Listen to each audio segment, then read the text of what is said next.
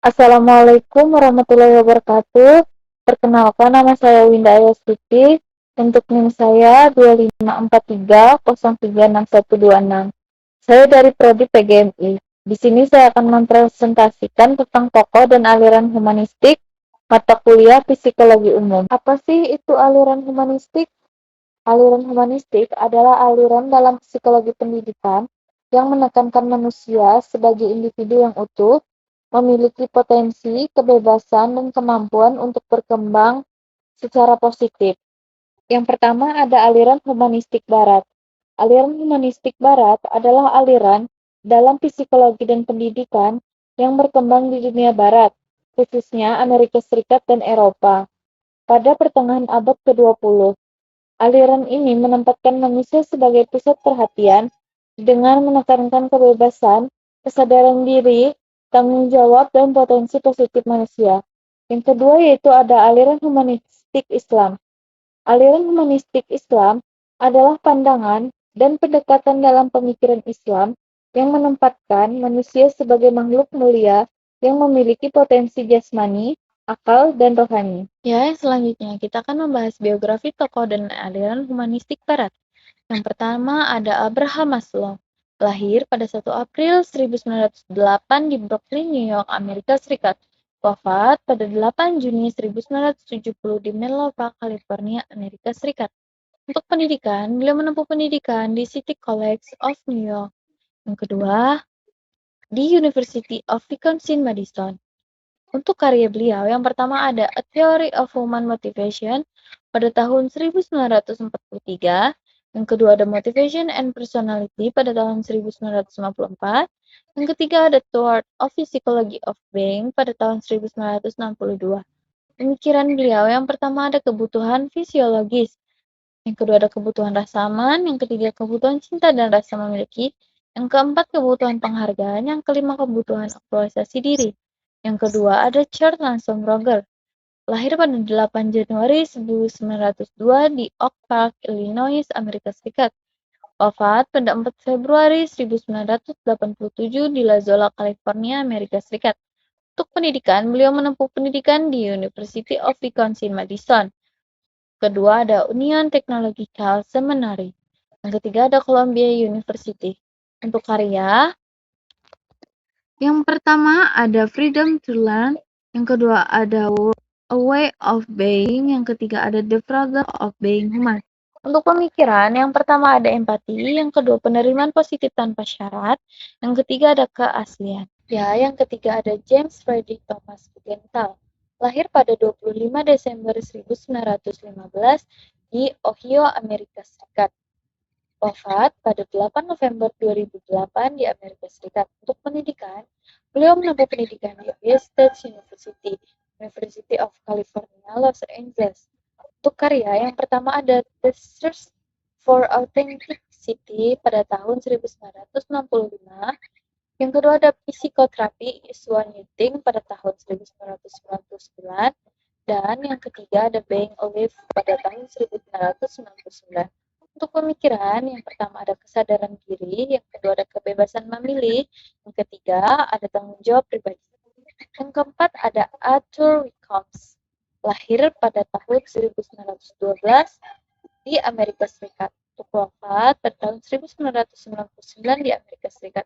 Untuk pendidikan, beliau menempuh pendidikan di Ohio State University. Untuk karya beliau, yang pertama ada The Professional Education of Teacher pada tahun 1965, yang kedua ada Helping Relationship pada tahun 1979. Untuk pemikiran, teori persepsi diri atau self-perception dalam pendidikan humanistik, ia berpendapat bahwa perilaku seseorang ditentukan oleh bagaimana ia memandang dirinya sendiri. Dan yang kelima ada Carlo Ruhlet. Lahir pada 20 Desember 1893 di Berlin, Jerman. Wafat pada 3 Februari 1974 di Stuttgart, Jerman. Untuk pendidikan, beliau menempuh pendidikan di University of Munich dan University of Berlin. Untuk karya beliau yang pertama ada The Course of Human Life pada tahun 1933, yang kedua ada From Birth to Maternity pada tahun 1935, dan yang ketiga ada Humanistic Physiology pada tahun 1967.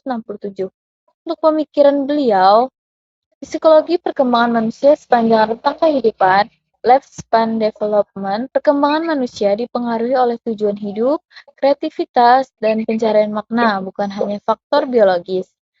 Yang keenam ada Aldous Leonard Huxley, lahir pada 26 Juli 1894 di Godalming, Surrey, Inggris, wafat pada 22 November 1963 di Los Angeles, California, Amerika Serikat. Untuk pendidikan, beliau menempuh pendidikan di Eton College, Inggris, dan Balliol College, University of Oxford atau sastra Inggris. Untuk karya beliau, yang pertama ada Island pada tahun 1962, yang kedua ada Brave New World pada tahun 1932, yang ketiga ada The Perennial Psychology pada tahun 1945, dan yang keempat ada The Door of Revocation pada tahun 1954. Untuk pemikiran, yang pertama ada makna hidup dan spiritualitas, yang kedua ada kritik terhadap modernitas, yang ketiga kesadaran dan potensi manusia, yang keempat ada humanisme dan martabat manusia. Ya, yang selanjutnya ada biografi tokoh dan aliran humanistik Islam. Yang pertama ada Abu Hamid Muhammad bin Muhammad Al-Ghazali, lahir pada tahun 1058 Masehi, 450 Hijriah di Tus, Kurusan, Iran, wafat pada tahun 1111 Masehi atau 505 Hijriah di Tun. Pendidikan, beliau menempuh pendidikan di Madrasah Nizamiyah Naisabur. Untuk karya beliau yang pertama ada Ihya Ulumuddin, yang kedua ada Al-Munzik min Ad-Dalal, yang ketiga ada Tahafut al-Falasifah, yang keempat ada Bidayatul Hidayah. Untuk pemikiran, Al-Ghazali menekankan akal, hati, dan wahyu.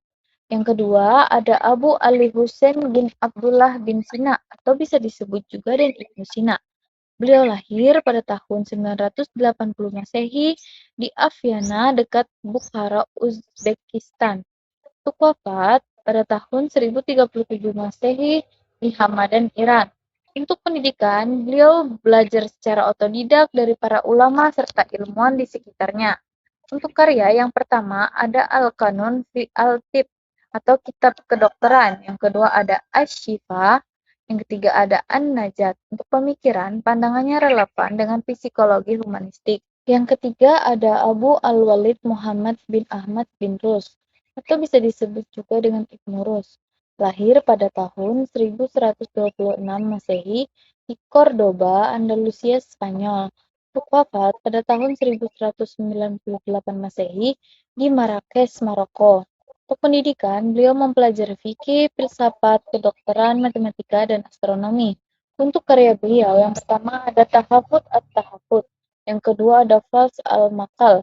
Untuk pemikiran, Ibnu Rus sangat menjunjung tinggi rasionalitas dan kebebasan berpikir, sehingga pemikirannya bersifat humanistik rasional. Yang keempat ada Ibnu Khaldun. Beliau lahir pada tahun 1332 Masehi atau 732 Hijriah di Tunis, wafat pada tahun 1406 Masehi atau 808 Hijriah di Kairo, Mesir. Untuk pendidikan, beliau berguru pada ulama besar di Afrika Utara dan Andalusia. Untuk karya beliau, yang pertama ada Al-Muqaddimah atau karya monumental, dan yang kedua ada kitab Al-Ibar atau sejarah dunia. Untuk pemikiran, Malik Badri melihat manusia sebagai makhluk spiritual, moral, dan sosial, bukan sekedar objek eksperimen. Ya, yang kelima ada Abu Ali Ahmad Ibnu Muhammad Ibnu Miskawai, atau yang biasa disebut dengan Ibnu Miskawai, lahir pada tahun 330 Hijriah atau 941 Masehi di Rai, Iran. Wafat pada tahun 421 Hijriah atau 1030 Masehi di Isfahan, Persia. Untuk pendidikan, beliau menempuh pendidikan secara mandiri atau otodidak. Untuk karya beliau, yang pertama ada Tahzib al-Akhlaq wa Tarhir al-Araq. Yang kedua ada Al-Fawaz al-Akbar. Yang ketiga ada Al-Fawaz al-Akbar. Yang keempat ada Tazarib al-Umam. Yang kelima ada Jawi dan Hirat. Untuk pemikiran, utamanya meliputi akhlak sebagai inti pendidikan manusia, kesempurnaan manusia, dan teori jiwa. Yang keenam ada Abu Yusuf Ya'qub bin Ishaq al-Kindi atau biasa disebut dengan Ibnu Kindi. Lahir pada tahun 801 Masehi di Kufah, Irak. Untuk wafat pada tahun 873 Masehi di Baghdad. Untuk pendidikan, beliau menempuh pendidikan yang sangat luas. Untuk karya beliau, yang pertama ada Fi al-Falsafah al-Ula, yang kedua ada Risalah Fi al-Aqd, yang ketiga ada Kitab Fi al-Musika, yang keempat karya tentang matematika, astronomi, optik, kedokteran, dan kimia. Pemikiran. Beliau mempunyai pikiran tentang ilmu pengetahuan, akal dan wahyu, konsep ketuhanan, dan harmoni, serta antara filsafat dan agama. Selanjutnya itu teori yang dikemukakan. Yang pertama oleh Abraham Maslow. Maslow menyatakan bahwa kebutuhan manusia tersusun dalam 5 tingkatan. Yang pertama ada kebutuhan fisiologis, yang terdiri dari makan dan minum, tidur, bernafas, dan kesehatan fisik. Yang kedua ada kebutuhan rasa aman, seperti keamanan fisik, perlindungan dari bahaya, stabilitas hidup, dan kepastian hukum, dan lingkungan yang aman. Yang ketiga ada kebutuhan cinta dan rasa memiliki, yaitu membutuhkan kasih sayang, sahabatan, hubungan keluarga, dan diterima dalam kelompok sosial. Yang keempat, ada kebutuhan harga diri yang meliputi rasa percaya diri, penghargaan dari orang lain, prestasi, status, dan penghormatan. Yang kelima, ada kebutuhan aktualisasi diri, yaitu mengembangkan potensi diri secara maksimal menjadi pribadi yang kreatif. Yang kedua, ada teori yang dikemukakan oleh Charles Hanson Rogers.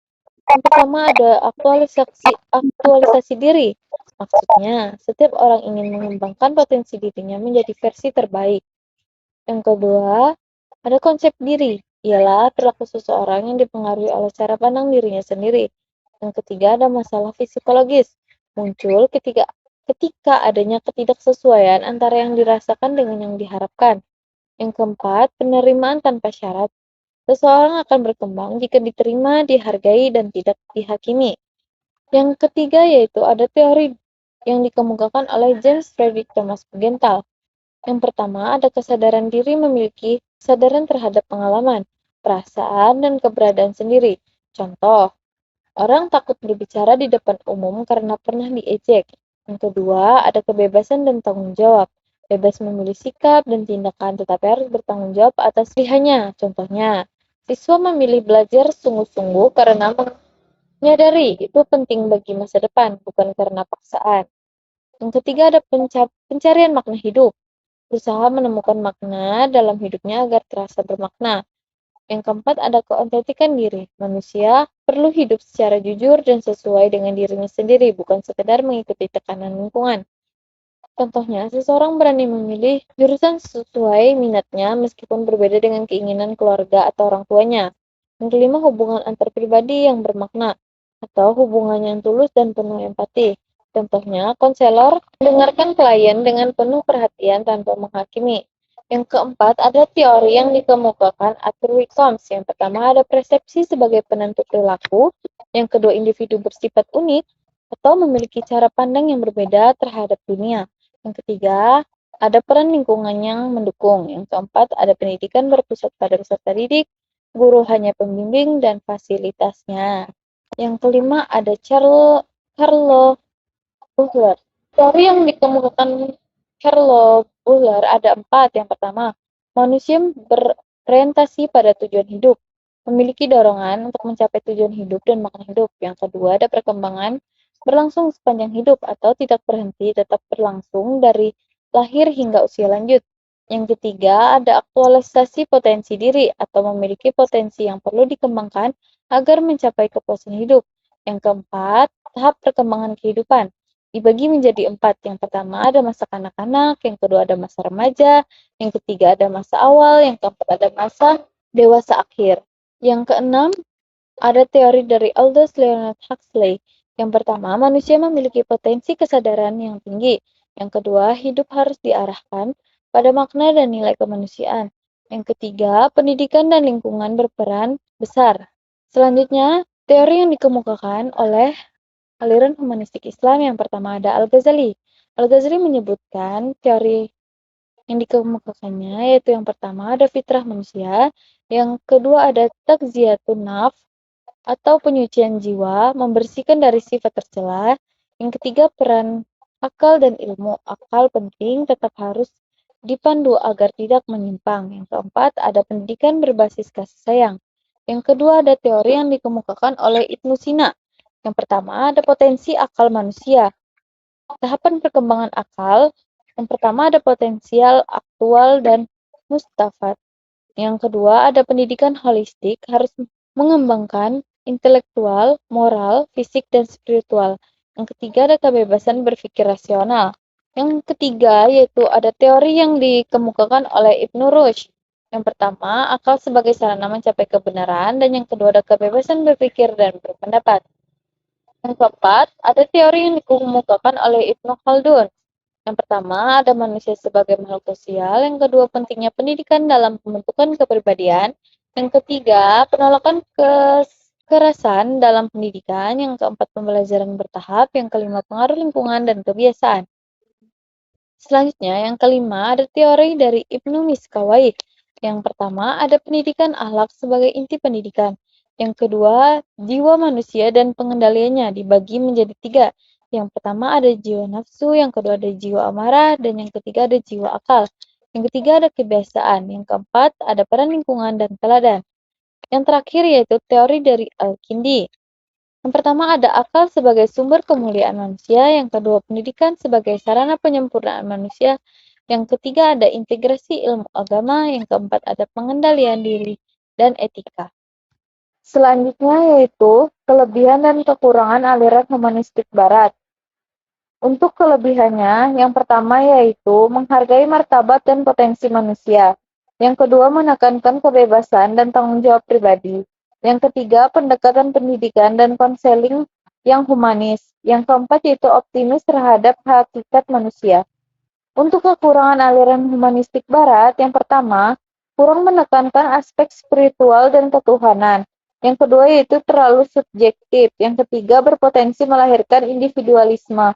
Yang keempat, kurang cocok untuk semua budaya. Yang selanjutnya yaitu kelebihan dan kekurangan aliran humanistik Islam. Untuk kelebihannya, yang pertama, seimbang antara jasmani, akal, dan rohani. Yang kedua, berlandaskan nilai ketuhanan atau tauhid. Yang ketiga, memiliki landasan moral yang kuat. Yang keempat, menjaga keseimbangan individu dan masyarakat. Adapun kekurangan aliran humanistik Islam, yang pertama yaitu kurang dikembangkan secara teoris dan modern. Yang kedua, sering bersifat normatif. Yang ketiga, penerapan bergantung pada pemahaman keagamaan. Selanjutnya yaitu kontribusi aliran humanistik Barat dan Islam. Yang pertama, kita akan membahas kontribusi aliran humanistik Barat.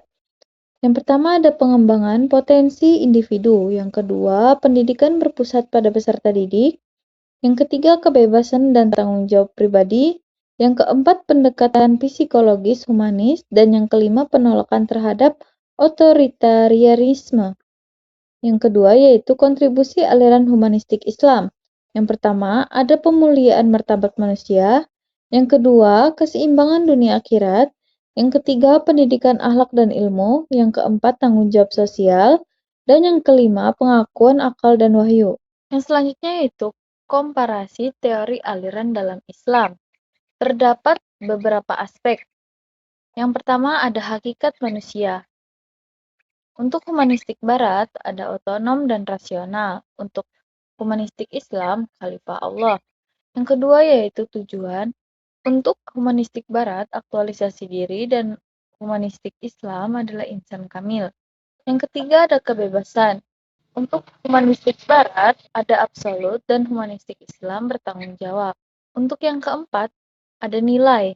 Untuk humanistik barat bersifat relatif, untuk humanistik Islam bersifat wahyu dan akal. Yang kelima yaitu ada pendidikan. Untuk humanistik barat ada student centered. Untuk humanistik Islam ada ilmu dan akhlak. Yang terakhir yaitu ada spiritualitas. Untuk aliran humanistik barat minimal dan Islam yaitu sentral. Baik, untuk kesimpulan, aliran humanistik barat dan Islam sama-sama menempatkan manusia sebagai makhluk bernilai dan bermartabat, namun memiliki landasan filosofis yang berbeda. Humanistik barat bersifat antroposentris dan individualistik, sedangkan humanistik Islam bersifat teosentris dan holistik. Keduanya dapat saling melengkapi. Humanistik barat memperkuat aspek kebebasan dan pengembangan diri, sementara humanistik Islam memberikan arah etika, spiritualitas, dan tanggung jawab sosial. Ya, mungkin itu saja presentasi yang dapat saya sampaikan. Kurang lebihnya saya mohon maaf. Wassalamualaikum warahmatullahi wabarakatuh.